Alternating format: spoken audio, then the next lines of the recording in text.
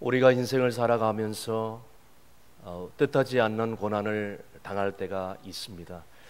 우리가 잘못했을 때 당하는 고난도 있겠지만 억울하게 아무런 잘못이 없는데 당하는 고난도 때때로 있습니다. 그러나 이 세상에서 어떠한 엄청난 고난을 당한다 할지라도 우리 예수님처럼 이런 고통과 가슴 아픈 그런 이 시련을 당하시는 분은 이 세상에 어떤 인간도 없을 것입니다. 죄 없으신 우리 하나님 아들 예수님께서 정말 죄인들을 위해서 이 땅에 십자가에 죽기까지 고난을 당하신 것입니다. 우리가 잘 알다시피 대제사장들과 서기관들과 또 장로들에 의해서 이 이단이라 정죄를 받아가지고 재판장에 넘겨서 그 수많은 순환을 당했을 뿐만 아니라 그토록 믿었던 제자 가룟 유다에게 은 30에 팔아 넘길 정도로 그런 고통과 수모를 받았습니다. 더욱이 그를 따랐던 모든 제자들과 사람들에게 불신을 당하고 배신을 아픔을 겪었을 때에 우리 예수님의 그 아픔과 고난, 배신감, 정말 인간으로서 가장 견디기 힘든 그런 고통이었을 것입니다. 그렇다면 예수님께서 이런 고난과 순환을 과연 어떻게 이겨내셨습니까? 오늘 본문에 보니까 예수님께서는 제자들과 함께 목요일에 마지막 운명을 건 그 최후의 만찬을 하시고 겟세마네 동산에 올라가셨습니다. 베드로와 야고보와 요한과 함께 그 겟세마네 동산에 올라가서 그곳에서 더 깊은 곳으로 또 가신 것입니다. 그곳에서 내 마음이 너무나도 괴롭고 너무나도 죽겠으니 너희들은 깨어서 기도하라고 신신당부를 하고 부탁을 하셨습니다. 자, 이 고난을 이길 수 있는 힘을 달라고 친히 제자들 앞에서 기도의 모범을 보여주신 것 아니겠습니까? 그렇다면 우리 예수님께서 겟세마네 동산에 올라가 기도했던 그 기도는 어떤 내용이었을까? 오늘 본문의 39절 말씀에 나와 있습니다. 다 함께 읽습니다. 조금 나아가사 얼굴을 땅에 대시고 엎드려 기도하여 이르시되 내 아버지여 만일 할만하시거든 이 잔을 내게서 지나가게 하옵소서. 그러나 나의 원대로 마옵시고 아버지의 원대로 하옵소서 하시고 아멘. 예수님께서는 운명을 건 이 죽음의 잔을 마신다는 것이 인간의 성정을 가지고 있는 예수님께서는 정말 견디기 힘든 것이었습니다. 그래서 할 수만 있다면 이 죽음의 잔을, 이 고통을 피하고 싶었던 것입니다. 그러나 우리 예수님께서 내린 결론은 내 원대로 마옵시고 아버지 하나님의 뜻대로 되기를 원한다는 그 결론을 내리고 있는 것입니다. 바로 여기서 우리 주님의 기도가 어떤 기도였다는 것을 우리는 잘 본받을 수 있습니다. 여러분, 기도가 뭡니까? 기도는 내가 원하는 것을 구하는 것이 아니라 하나님 아버지의 뜻을 구하는 기도, 그리고 그 뜻대로 살아가는 것이 바로 기도 아니겠습니까? 그런데 우리는 때때로 신앙생활 하면서 우리가 기도할 때 마치 요술 방망이 휘둘리면서 금 나와라 뚝딱, 은 나와라 뚝딱 하면서 내가 원하는 그런 기도, 그런 심정으로만 기도하시는 분이 오늘 나의 기도는 그런 기도가 되지 않는지 우리는 스스로 돌아봐야 될 것입니다. 여러분, 우리가 잊지 말아야 될 것은 기도는 내가 원하는 것이 아니라 하나님이 원하는 것을 하는 것이 기도임을 우리는 잊지 말아야 될 것입니다. 내가 원하는 것, 내 정욕을 위해서, 내 욕심을 위해서, 내 욕망을 위해서 내 뜻대로 하는 것이 그런 기도가 아니라 하나님의 나라와 의를 구하는 기도가 진정 우리 주님이 원하시는 기도라는 것을 잊지 마시길 바랍니다. 어떤 목사님이 교인들에게 설교를 하면서 이렇게 설교를 했답니다. 사랑하는 성도 여러분, 이제는 기도할 때 그냥 무조건 주시옵소서 주시옵소서로만 그렇게 기도하는 것 이제는 그만해야 되지 않겠습니까? 라고 은혜스럽게 설교를 끝냈어요. 그런 다음에 그 뒷날 새벽에 한 집사님이 목사님께서 그렇게 설교를 했으니까 그렇게 이제 그런 기도를 하더랍니다. 하나님 아버지, 앞으로 기도할 때 절대로 주시옵소서라고 기도하지 않게 하여 주시옵소서. 목사님이 이 집사님의 기도를 듣고 난 다음에 너무나도 실망이 되고 너무나도 안타까웠어. 목사님도 그렇게 기도를 했답니다. 하나님 아버지, 제발 성도들이 주시옵소서라고 기도하지 않게 하여 주시옵소서. 사랑하는 성도 여러분, 우리가 하나님의 앞에서 자녀로서 당연히 구해야죠. 마땅히 구해야죠. 그런데 여기서 주시옵소서 단어를 쓰냐 마느냐가 문제가 아니에요. 여러분, 우리 중심이 기도할 때 하나님의 뜻을 향하고 있고 하나님의 이름을 높이고 하나님의 영광을 드러내고자 하는 그런 동기가 있느냐, 이게 중요한 거예요. 우리의 기도가 어떤 기도의 내용이냐가 중요하지 않겠어요?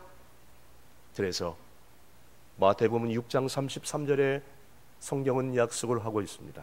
다 함께 있습니다. 그런즉 너희는 먼저 그의 나라와 그의 의를 구하라. 그리하면 이 모든 것을 너희에게 더하시리라. 아멘. 여러분, 그렇습니다. 하나님의 나라와 의를 위해서, 교회를 위하여, 죽어가는 영혼 구원을 위해서 아버지의 뜻대로 구할 때 하나님께서는 정말 우리의 모든 기도에 귀를 기울여 주시고 우리의 간절한 소원을 응답해 주시고 또 우리의 삶을 하나님께서 더욱더 풍성하게 해주시고 우리의 남은 생에 하나님께서 귀하게 써주시고 영광 거둬 주실 줄로 믿으시길 바랍니다. 때로는 응답이 없을 수도 있어요. 그러나 하나님께서 가장 좋은 때 가장 좋은 것으로 응답해 주시는 것을 믿음으로 받아볼 수 있기를 바랍니다. 두 번째, 본문 40절에서 41절 말씀 계속해서 읽습니다. 제자들에게 오사 그 자는 것을 보시고 베드로에게 말씀하시되 너희가 나와 함께 한 시간도 이렇게 깨어 있을 수 없더냐? 시험에 들지 않게 깨어 기도하라.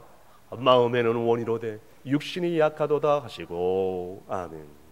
예수님께서 지금 기름 짜는 틀이라는 그런 의미로 겟세마네 동산에 올라가서 이렇게 땀방울이 핏방울이도록 간절하게 십자가의 고난을 앞두고 기도를 하고 있는데 가장 믿고 의지했던 이 제자들 베드로, 야고보, 요한, 이 예수님께서 돌 한번 딱 던지면 그런 가까이 닿을 거리에서 꾸벅꾸벅 기도하지 않고 졸고 있네요. 너무 어처구니 없는 것이. 뿐만 아니라 베드로를 보세요. 모든 사람들이 주를 버릴지라도 나는 주님을 절대로 버리지 않겠습니다. 모든 사람들이 주님을 따른다 할지라도 나는 주와 함께 죽을지언정 절대로 나는 주님을 절대로 부인하지 않겠습니다라고 그렇게 3번 이상 장담했던 사람이 바로 이 베드로예요. 지키지 않을 약속, 그럼 처음부터 하지 말든가, 아니면 지키는 흉나라도 하든가, 아니면은 주님께서 죽으러 간다 하니까 정말 제자된 도리로 겟세마네 동산에서 옆에서 예수님은 기도하고 있는데 그렇게 스승을 예수님을 위해서 기도하면 우리 예수님께서 얼마나 크게 위로가 되고 힘이 되겠어요? 그것마저 못하고 꾸벅꾸벅 졸고 있으니 우리 예수님 보시기에 얼마나 한심스럽고 안타까울 수 있겠어요. 예수님께서 다시 오셔서 이 제자들을 책망하면서 그렇게 얘기합니다. 너희는 나와 함께 한 시간도 깨어 있을 수 없느냐? 너희는 마음은 온유하되 육신이 약하는도다 라고 지금 얘기를 하고 있는 거예요. 여러분, 여기서 주목해야 될 것이 우리가 깨어 기도해야 될 이유가 여기에 있는 거예요. 깨어 기도하지 않으면 언제든지 사탄 마귀가 우리를 공격하고 마는 것이죠. 그래서 깨어 있어야 될 이유가 여기 있는 것입니다. 1941년 12월 7일 주일 아침이었습니다. 6척의 항공모함에서 출발한 일본 폭격기가 353대 무려 벌떼같이 하와이 진주만에 주둔 중인 미군 부대를 급습하기 시작했습니다. 그 공습으로 인해서 미국은 치명타를 입은 것입니다. 이로 인해서 이제는 이 태평양 정적이 발발을 했는데 바로 이것을 우리는 진주만 공습이라고 합니다. 이 일 때문에 상당히 미국이 타격을 받았습니다. 그런데 가만히 알고 보니까 이런 진주만의 공습의 패배의 원인이 한 사람이 깨어있지 못한 데에 있었다는 것을 나중에 알고 보니 알게 되었던 것입니다. 주일 아침 일본 군의 이 공습기가 진주만을 향해서 벌떼까지 몰려 들어왔는데 이 레이더망을 보고 있는 이 병사들이 상관에게 보고를 했어요. 이게 좀 확인 좀 해달라고. 그런데 그것을 지켜보고 있던 상관이 이 보고한 부하들에게 얘기하기를 너 괜찮다. 주일날 무슨 일이 있겠나. 이것은 우리 미군 아군의 그런 연습 비행기일 뿐이다. 걱정하지 말라. 무시해버린 거예요.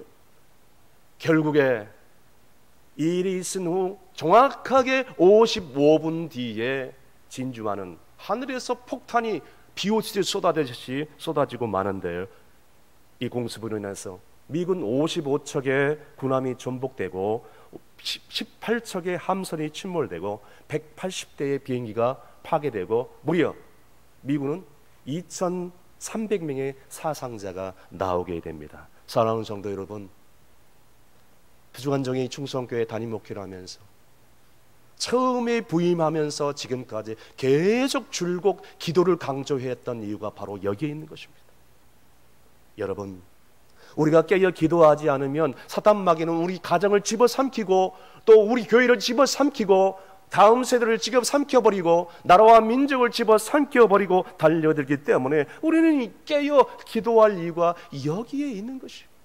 그래서 에베소서 6장 18절 말씀에 이렇게 말씀하고 있습니다. 다 함께 읽습니다. 모든 기도와 간구를 하되 항상 성령 안에서 기도하고 이를 위하여 깨어 구하기를 항상 힘쓰며 여러 성도를 위하여 구하라. 아멘. 여러분, 뭐라고 나와 있습니까? 모든 기도와 간구를 하라고 나와 있습니다. 우리가 신앙생활 하면서 어떻게 기도하지 않고 어떻게 하나님 앞에 나와서 부르짖지 않고 신앙생활 할 수 있나요? 그런 비결이 있으면 저에게 가르쳐 주십시오. 저는 목사이기 전에 예수 믿는 사람으로서 기도하지 않고 말씀 보지 않고서는 도저히 이 험한 세상을 살아갈 수가 없어요. 여러분은 어떻습니까? 기도하지 않고 말씀 보고 살아갈 수 있는 비결이 있습니까? 저에게 좀 가르쳐 주십시오. 사랑하는 성도 여러분, 부활절이 다가오는데 영혼의 구령이 열정도 없이 우리 주변에 공고하고 상처 입은 심령들이 너무 많은데도 불구하고 다음 세대가 사라져가는데도 불구하고 오늘 거기에는 전혀 관심이 없는, 여기에 우리의 한계가 있지 않습니까? 이제는 우리 모두 다 성령 안에서 깨어 기도 간구할 수 있기를 바랍니다. 어떤 시험이 오더라도 여러분, 우리가 깨어 기도한다면 원수 사탄 마귀 한 길로 왔다가 7길로 떠나갈 줄로 믿으신 분들은 큰 소리로 아멘 하시길 바랍니다. 마지막으로 본문 44절에서 46절까지 말씀 다 함께 읽습니다. 또 그들을 두시고 나아가 세 번째 같은 말씀으로 기도하신 후 이에 제자들에게 오사 이르시되 이제는 자고 쉬라. 보라, 때가 가까이 왔으니 인자가 죄인의 손에 팔리니라. 일어나라, 함께 가자. 보라, 나를 파는 자가 가까이 왔느니라. 아멘. 예수님께서 겟세마네 동산에서 기도하시면서 깨어 기도하라 라고 권면하시면서 구벅구벅 졸고 있는 제자들에게 또다시 와서 그렇게 엎드려 하나님 앞에 나와 기도를 하는 거예요. 아버지요, 내 아버지요, 만일 할만하시거든 이 잔을 내게서 옮기시옵소서. 그러나 내 원대로 마옵시고 아버지의 뜻대로 되기를 원하나이다. 세 번째 계속해서 똑같은 기도를 드리고 있는 거예요. 여기 세 번째 기도했다는 것은 예수님께서 사람들에게 잡히시기 전까지 끝까지 간절히 열정적으로 기도했다는 것을 보여주고 있는 것입니다. 마치 사도 바울이 자기가 육체의 가시를 가지고 있는데도 불구하고 이제 하나님 앞에 나와서 이 육체의 가시, 이 질병을 고쳐달라고 무려 3번 이상 기도했을 때 부활하신 주님이 나타나셔서 그에게 위로의 음성을 들려주셨던 것처럼 똑같이 하고 있는 것입니다. 우리 주님은 이 기도를 마친 다음에 이제는 하나님이 주시는 마음의 결단과 확신을 가지고 이제 사람들에게 나아갔던 것입니다. 주님께서 말씀하십니다. 제자들에게 일어나 나와 함께 가자. 그들을 데리고 이제는 십자가의 고난으로 당당하게 거침없이 나아갔던 것입니다. 그런데 여러분, 중요한 것이 있습니다. 우리가 생각하기를 우리 주님은 여기서 다 실패하고 끝났다고 생각합니다. 아닙니다, 여러분. 우리 주님은 여기서 끝난 게 아니에요. 우리 주님은 여기서 실패한 게 아닙니다. 우리 주님은 십자가의 고난을 당하시고 죽으신 것 같았지만 3일 만에 정확하게 부활하여 주셔서 온 인류의 구원의 사명을 완수해 주셨던 것입니다. 할렐루야. 과거들의 아버지가 불리우는 저지 물리의 목사님은 무려 5만 번 기도해서 응답받았던 사람으로 유명합니다. 지금까지 기도해서 응답받지 않았던 것이 하나도 없는데 단 한 번, 딱 한 번 기도 응답받지 않는 것이 있었다고 합니다. 그것은 바로 자기 친한 친구의 아들, 예수 믿지 않는 이 아들을 위해서 간절히 기도했는데 응답받지 못한 것입니다. 그러다가 시간이 흘러 이주주 몰로 목사님은 세상을 그대로 떠나가게 된 것입니다. 이 아들이 얼마나 완악하고 얼마나 폐역한 아들인지 아무리 살아생전에 조지 밀러 목사님이 그 아들을 위해서 기도해도 예수 믿지 않아요. 전혀 변함이 없어요. 장례식이 있었습니다. 이 조지 밀러 목사님 장례식에 이 친한 친구의 이 자기 아들에게 이렇게 얘기를 했습니다. 아들아, 나와 장례식에 함께 가지 않겠냐? 너를 위해서 정말 일평생 기도했던 내 친구 목사님이 그 장례식이다. 왜 내가 가야 됩니까? 처음에는 반대를 했습니다. 너를 위해서 평생 눈물로 기도했던 목사님의 장례식이다. 내 소원이다. 한 번만 나와 장례식에 한번 가주지 않겠느냐? 나와 함께 가자. 그 아들에게 목사님이 얼마나 사랑하고 눈물로 뿌려 기도했다는 것을 가면서 이 아버지가 아들에게 자세하게 설명을 해준 것이죠. 그 장례식에 입구부터 들어가는 순간 성령께서 그 아들의 마음을 사로잡는데, 성령께서 역사하기 시작하는데 그 아들의 마음 가운데 이런 생각이 듭니다. 아무리 친한 아버지 아들이라 할지라도 자기가 낳은 아들이 아닌데 그런 아들을 위해서, 나를 위해서 평생 눈물로 기도해 줄 수 있겠는가? 성령의 감동이 그 사랑이 물밀듯이 몰려오고 그 사랑에 인하여서 장례식 앞에 그 조지 물러 목사님 앞에서 엎드려 오열하지 않을 수 없었다고 합니다. 나중에 후에 이 아들은 예수님 그리스도를 나의 구원주로 영접하였고 후에 신학교에 들어가 조지 물러 목사님의 뒤를 이어서 아주 훌륭한 주의 종이 되었다고 합니다. 할렐루야. 여러분, 주님 부르시는 그날까지 우리가 낙심하지 않고 포기하지 않고 부르짖어야 이유가 바로 여기에 있는 것입니다. 우리는 갑니다. 언젠가는 따라가요. 그러나 우리의 기도는 남기 때문입니다. 우리의 기도를 통해서 우리 자녀들이, 우리 다음 세대가, 우리 교회가, 이 나라 민족이 우리의 기도를 통해서 놀라운 기적과 역사가 일어나기 때문입니다. 누가복음 18장에 보십시오. 예수님께서는 불의한 재판관과 억울한 과부의 그 이야기를 들려주면서 끈질기게 포기하지 말고 기도하라는 교훈을 해주고 있습니다. 그러면서 마지막 18장 7절 말씀에 뭐라고 말씀하고 있습니까? 다 함께 읽습니다. 하물며 하나님께서 그 밤낮 부르짖는 택하신 자들의 원한을 풀어주지 아니하겠느냐, 그들에게 오래 참으시겠느냐. 아멘. 여러분, 우리의 생에 어떤 고난과 시련이 닥칠지라도 절대로 포기하지 말고 하나님께 소망을 들고 끈질기게 끝까지 기도할 때 놀라운 하나님의 기적의 역사가 우리의 삶 가운데 일어나게 될 줄로 믿으시길 바랍니다. 말씀의 결론을 내립니다. 우리는 고난주간을 보내게 될 것입니다. 매해년마다 다가오는 고난주간입니다. 그러나 이번 고난주간은 어떻게 보내시길 원하십니까? 이 고난주간에 십자가의 고난을 이겨내신 예수님의 그 길을, 그 골고다 언덕에 올라가신 그 길을 우리가 깊이 묵상하면서 이 고난주간에 적어도 한 끼 이상 정말 눈물로 간절히 가정을 위해서, 나라와 민족을 위해서, 다음 세대를 위해서, 내가 전도할 전도 대상자를 위해서 간절히 기도해야 되지 않겠어요? 다른 때는 이런 이유 저런 이유 때문에 기도 못했다 할지라도 고난주간만큼은 새벽을 깨우면서 기도해야 되지 않겠어요? 사랑하는 성도 여러분, 이 고난주간에 하나님 앞에 나와서 엎드려 우리 주님처럼 하나님의 뜻을 구할 수 있기를 주의 이름으로 축원합니다. 깨어 기도할 수 있기를 주의 이름으로 축원합니다. 끝까지 포기하지 않고 끈질기게 기도할 수 있기를 주의 이름으로 축원합니다. 그럴 때 우리 인생에 어떤 고난이 올지라도, 시련이 올지라도 그 고난을 이겨내고 승리하는 기적의 사람이 될 줄로 믿는 저와 여러분이 되시기를 주의 이름으로 축원합니다. 기도하시겠습니다.